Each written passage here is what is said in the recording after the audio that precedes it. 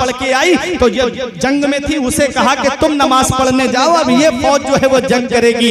ये नमाज की पाबंदी थी, जो मैदान जंग में भी जो है नमाज की पाबंदी करता हो उसे दुनिया वाले हाफिज रहमत अली खां के नाम से जानते हैं। अंग्रेजों ने निशाना तोप के गोले का हाफिज रहमत अली खां के सीने पे बांध करके मारा, सीने पे तोप का गोला लगा, जमीन के अंदर 2-3 फीट अंदर चला गया, सीने का कुछ नहीं हुआ। अंग्रेज हैरत से देखने लगा, कौन सी जैकेट पहन के आया है, कौन सी बुलेट प्रूफ जैकेट इसने पहनी है, सीने पे तोप का गोला लगा है और इसके सीने का कुछ नहीं हुआ। वो तोप का गोला जो बस्ती में गिर जाए तो बस्ती तबाह कर दे, जो कस्बे में गिर जाए तो कस्बे का नामो निशान मिटा दे, जो शहर में गिर जाए तो शहर को जो है नक्शे से मिटा दे। वो तोप का गोला हाफिज रहमत अली खां के सीने पे लगा, कुछ नहीं हुआ, जमीन के अंदर धंस गया। अल्लाह तबारक व तआला ने उसी में आपको शहादत का जाम अता फरमाया। हाफिज रहमत अली खां शहीद हो जाते हैं। अंग्रेजों ने जिस्म को अपने कब्जे में लेकर के आपका कुर्ता हटा के देखने लगे। किसी मुसलमान ने पूछा, चंद सांसें बाकी थी, क्या तलाश कर रहे हो? कहा, ये देख रहे हैं कौन सी जैकेट पहने हैं, इनके सीने का कुछ क्यों नहीं हुआ? हमने तोप का गोला निशाना बांध के मारा, तब भी इनके सीने का कुछ नहीं हुआ, कौन सी ऐसी जैकेट पहने हैं? तब मुसलमान ने कहा था, अरे तुम्हें पता नहीं है, अरे ये दुनियावी आग है, ये दुनियावी आग तो क्या है, इनके सीने को जहन्नम की आग भी नहीं जला सकती। अंग्रेज बोले, क्यों? हमारे तोप के गोले से इनका सीना क्यों नहीं फटा? तो मुसलमान ने कहा था, अरे तुझे पता नहीं है, ये कुरान के हाफिज थे, कुरान जिस सीने में आ जाता है वो सीना आग से महफूज हो जाता है। ये हाफिज रहमत अली खां को दुनिया की आग तो क्या है, न जहन्नम की आग भी नहीं जला। बात है, सुभान अल्लाह। धारे तकबीर, धारे रिसालत, धारे गौसियत, बस लगे आला हजरत हजरत अल्लामा फुरकान मंजरी साई किबला।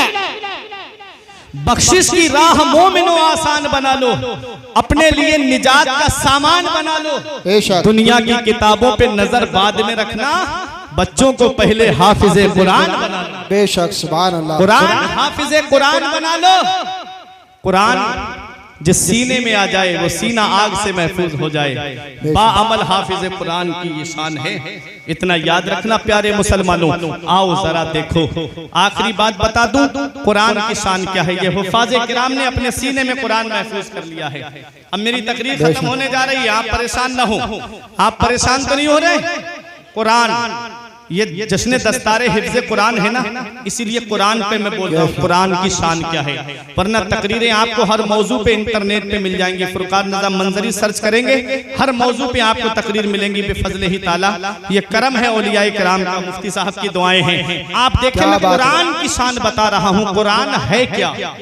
आज हम कुरान को छोड़ करके सोच रहे हैं कि हम कामयाब हो जाएंगे। नहीं, अपने बच्चों को कुरान पढ़ा लो।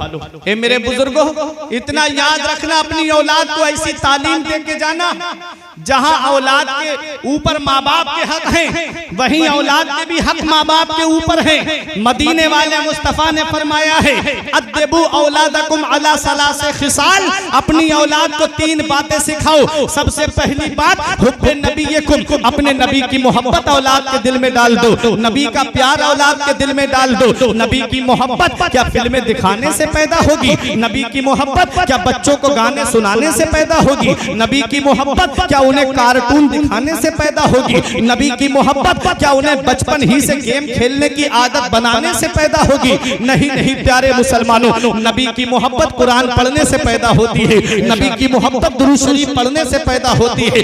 नबी की मोहब्बत अच्छी आवाज में नाते पाक सुनने वाले से पैदा होती है। नबी की मोहब्बत अपनी औलाद के दिल में डाल दो। जिसके दिल में नबी की मोहब्बत होती है, जिसके दिल में नबी का प्यार होता है, उसे आग के शोलों पे भी लिटाया जाता है, कभी कोई उसके ईमान को हिला नहीं पाता है। जिसके दिल में नबी की मोहब्बत होती है, उसे गरम गरम लू के थपेड़ों पे लिटाया जाता है, तब भी वो अपने ईमान का सौदा नहीं करता है। जिसके दिल में नबी की मोहब्बत होती है, उसे जलती हुई आग के अंदर डाल दिया जाता है, तब भी वो अपने ईमान ईमान का सौदा नहीं करता है। हजरत अम्मार इब्ने यासिर को देखो, आग के अंदर डाल दिया गया, जलती हुई आग के अंदर। अर्ज करते हैं या रसूल अल्लाह उन्जुर हालना, या रसूल अल्लाह मेरा हाल देखिए, आपके गुलाम को आग में डाला जा रहा है। आका गुजर रहे थे, दुआ के लिए हाथ उठ गए, या नारो कोनी बर्दों व सलामन अला अम्मार कमा कुंते अला इब्राहिम। ए आग अम्मार पे वैसे ही ठंडी और सलामती वाली बन जा जैसी हजरत इब्राहिम पे ठंडी और सलामती वाली हो गई थी। हजरत अम्मार इब्ने यासिर आग से बाहर निकल आए, तब काफिरों ने एक जुबान होके कहा था, ए अम्मार इब्ने यासिर बताओ, अगर तुम दौलत चाहते हो तो दौलत दे दे, अगर तुम पैसा चाहते हो तो पैसा दे दे, तुम किसी कबीले की खूबसूरत लड़की से निकाह करना चाहते हो तो हम तुम्हारा निकाह करा देंगे, अगर तुम सरदारी चाहते हो तो तुम्हें सरदारी दे देंगे।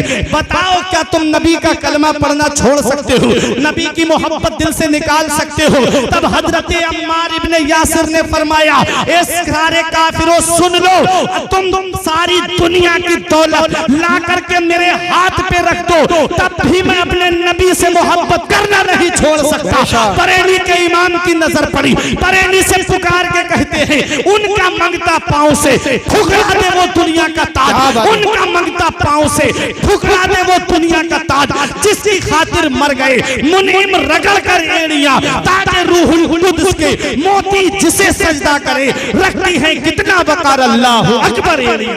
क्या बात है, सुभान अल्लाह, सुभान अल्लाह। तो नबी की मोहब्बत औलाद के दिल में डाल दो। दूसरी बात आका फरमाते हैं, हुब्बे अहले बैती, मेरे और मेरे अहले बैत की मोहब्बत औलाद के दिल में डाल दो। अहले बैत की मोहब्बत जहन्नम से बचाती है, नबी की मोहब्बत जहन्नम से बचाती है। और इस हदीस को जिस मकसद के तहत मैंने पढ़ा, वो तीसरी बात सुनो और उस पर अमल करना शहबाद वालों। मेरे आका फरमाते हैं, वह क़िराअतुल कुरान, और अपनी औलाद को कुरान की तालीम पढ़ना सिखाओ।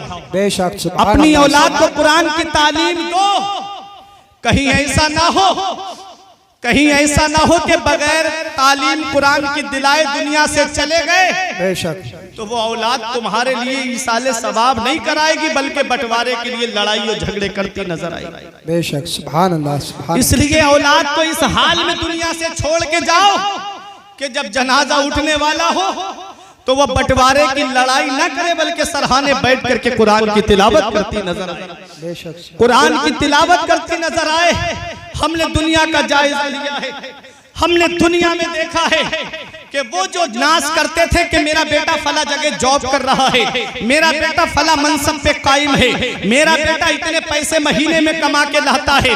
हमने देखा जब वो दुनिया से चले गए तो वो रुमाल छोटा सा सर पे रख के दूर खड़े होके इमाम साहब कहते हैं जनाजे की नमाज पढ़ाने की इजाजत दो, तो वो दूर से कहता है पढ़ाओ मौलाना साहब, नमाज जनाजा पढ़ाओ। अल्लाह अकबर। वो जो जनाजे में लेटा है ना, वो चौराहे पे खड़े होके कहता था मेरा बेटा इतने पैसे कमाता है, मेरा बेटा फला मनसब पे फाइज है, मेरा बेटा फला जगह जॉब करता है, मेरा बेटा फैमिली के साथ फला जगह रहता है। उसका मुंह नहीं थकता था तारीफ करते करते। अब देखो वो जनाजे की चारपाई में लेटा है, कोई चीखे सुनने वाला नजर नहीं आ रहा है। नमाज जनाजा पढ़ने खड़ा हुआ तो नीचे रुमाल बिछा लिया। किसी आलिम ने पूछा ये रुमाल क्यों बिछाया? कहता है यहाँ तो सफ बिछी हुई नहीं है, सजदा करूंगा तो मेरी पेशानी पे गर्द लग जाएगी। तो किसी आलिम ने कहा अरे तुझे पता नहीं है नमाज जनाजा में सजदा नहीं होता है। वो जो सीना तान के कहता था मैंने फला यूनिवर्सिटी से ग्रेजुएशन कराया है, मैंने फला कॉलेज में अपने बेटे को पढ़ाया है,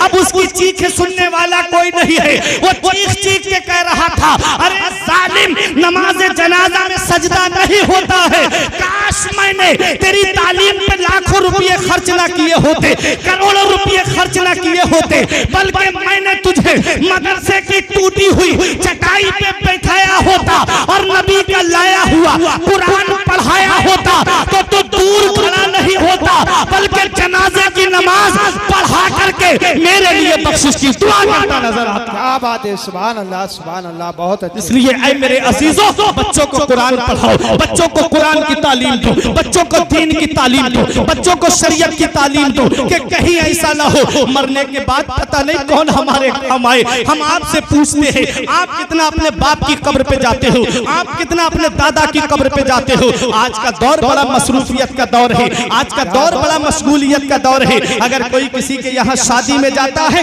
तब जाता है जब खाना खिलाने का वक्त होता है, किसी के यहाँ इंतकाल में जाता है तब जाता है जब मैयत कभी दफन होने के करीब होती है। पूछा जाए फौरन दफन के बाद घर वापस, पूछा क्यों जा रहे हो? बड़े अजीज का जनाजा था, बड़े अजीज के यहाँ शादी थी, तुम क्यों जा रहे हो? कहता है दुकान खुली छोड़ के आया हूँ, कारोबार छोड़ करके आया हूँ। मैं अगर यहाँ रहूंगा तो दुकान मेरी मार्केट में मेरी दुकान कैसे, मेरी गिराकी खराब हो जाएगी, इसलिए मैं ज्यादा देर नहीं रुक सकता।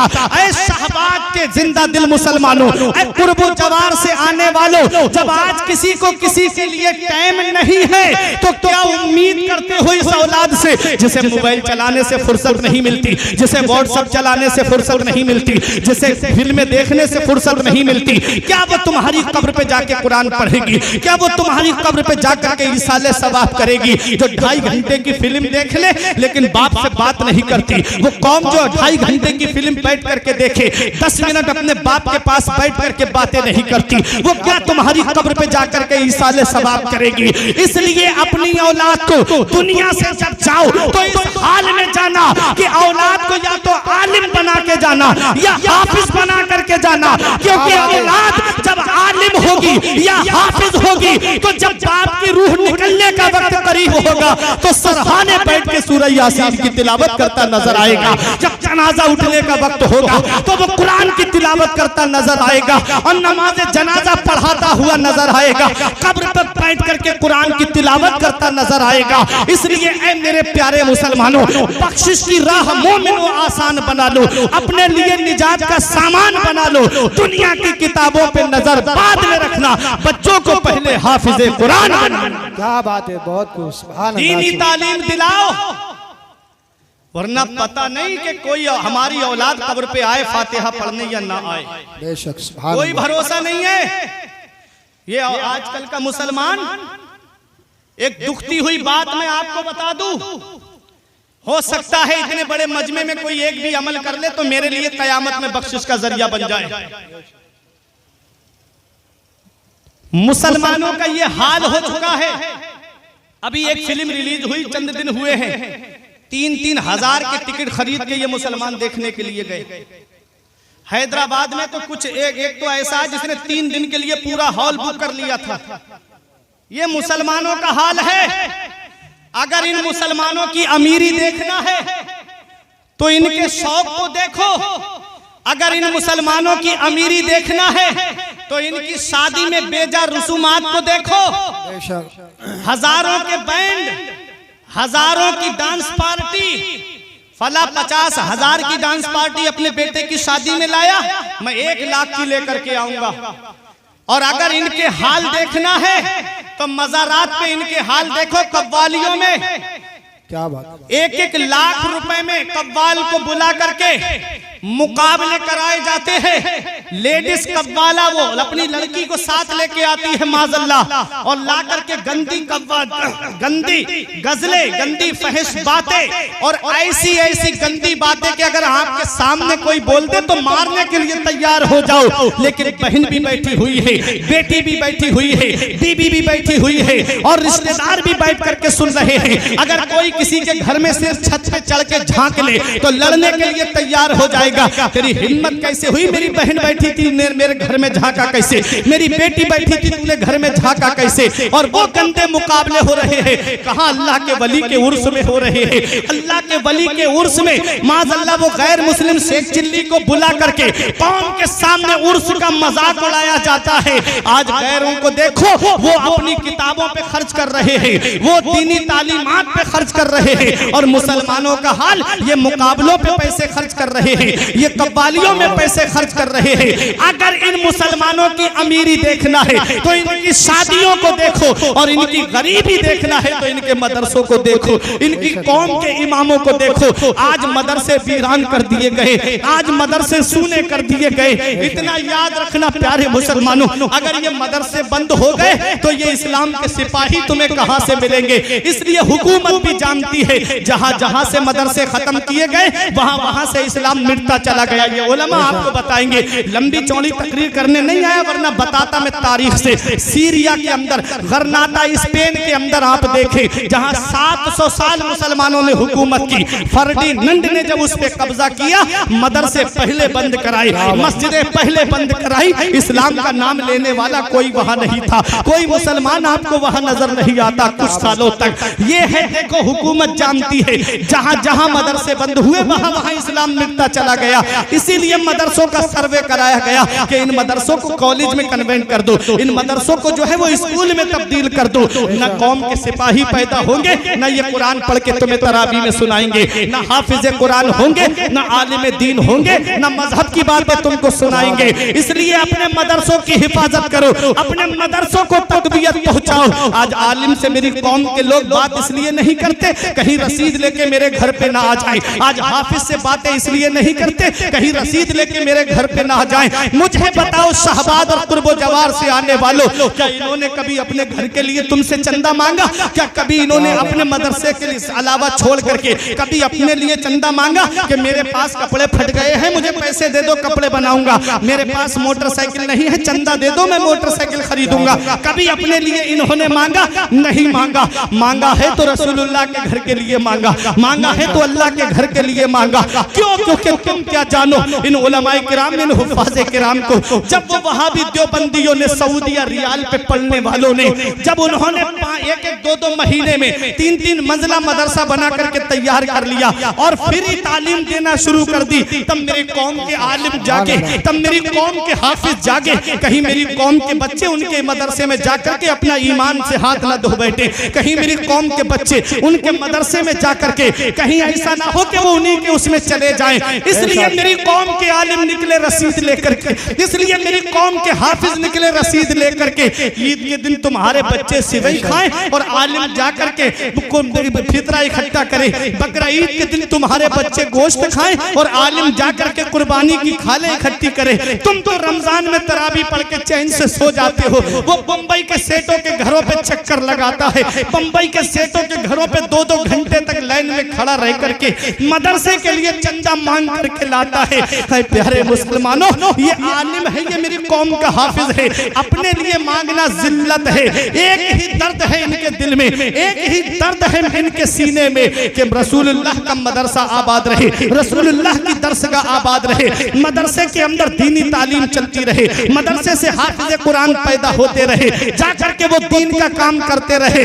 ईद के दिन तुम सिवई खाओ, वो फितरा इकट्ठा करे, रमजान के महीने में वो बंबई के सेठों के दरवाजे पे जाकर के चक्कर लगाए। इतना याद रखना, अपने लिए मांगना बाइसे जिल्लत है और मदरसे के लिए मांगना बाइसे इज्जत है। क्या बात है, नारे तकबीर, अरे हाथ उठाकर बोलिए, नारे रिसालत, मसलके आला हज़रत, अज़मते कुरान। अपने लिए मांगना जिल्लत है, मदरसे के लिए मांगना इज्जत है।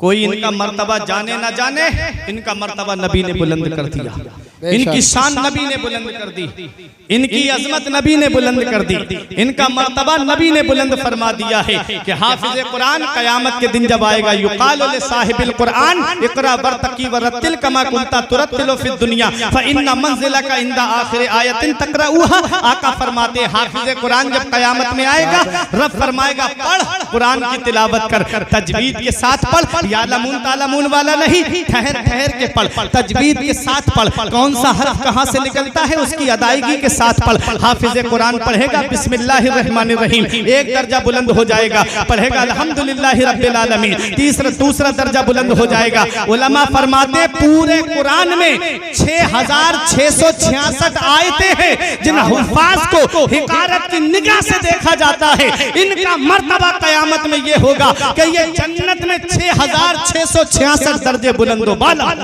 बेशक, सुभान अल्लाह, सुभान अल्लाह। नबी ने बुलंद कर दिया, इनकी शान नबी ने बुलंद कर दी। इसलिए प्यारे मुसलमानों, बख्शिश की राह मोमिनों आसान बना लो, अपने लिए निजात का सामान बना लो। दुनिया की किताबों पे नजर बाद में रखना, बच्चों को पहले हाफिज कुरान बना लो। अपने बच्चों को दीनी तालीम सिखाओ, अपने बच्चों को कुरान पढ़ना सिखाओ। जब कुरान होगा उनके पास में, तालीम होगी उनके पास में, जब वो मस्जिद में जाएंगे तो नमाज पढ़ के ये दुआ